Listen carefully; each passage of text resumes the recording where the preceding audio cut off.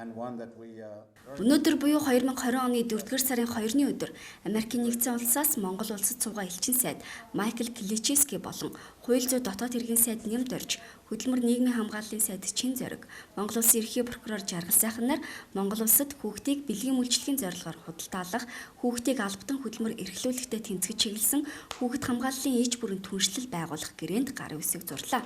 Уг гэрээний хүрээнд Америкийн нэгдсэн улсын төрийн департаментийн хүн худалдаалах гэмт хэрэгтэд тэмцэх газраас 5 сая $5 буюу ойролцоогоор 15 тэрбум төгрөгийг тусламж хэлбэрээр Монгол улсад олгох юм а. Энэхүү тусламж нь хүний наймаатай тэмцэх чиглэлээр ажилладаг байгууллага хоорондын уялдаа хамтын ажиллагааг сайжруулах, хүүхдийг бэлгийн үйлчлэгт ашигласан, албатан хөдөлмөрлүүлсэн этгээдүүдийг мөрдөн шалгах, яллах ажиллагааг сайжруулах, хохирогч хүүхдүүдэд чиглэсэн мэдээлэл суурилсан сэтгцэн ээж бүрийн эмчилгээ үзүүлэх чадварыг бэхжүүлэх, хүний наймааны бүх хэлбэрээс урьдчилан сэргийлэх үйл ажиллагааг нэмэгдүүлэх талаар холбогдох арга хэмжээ авахд зарцуулагдах юм а.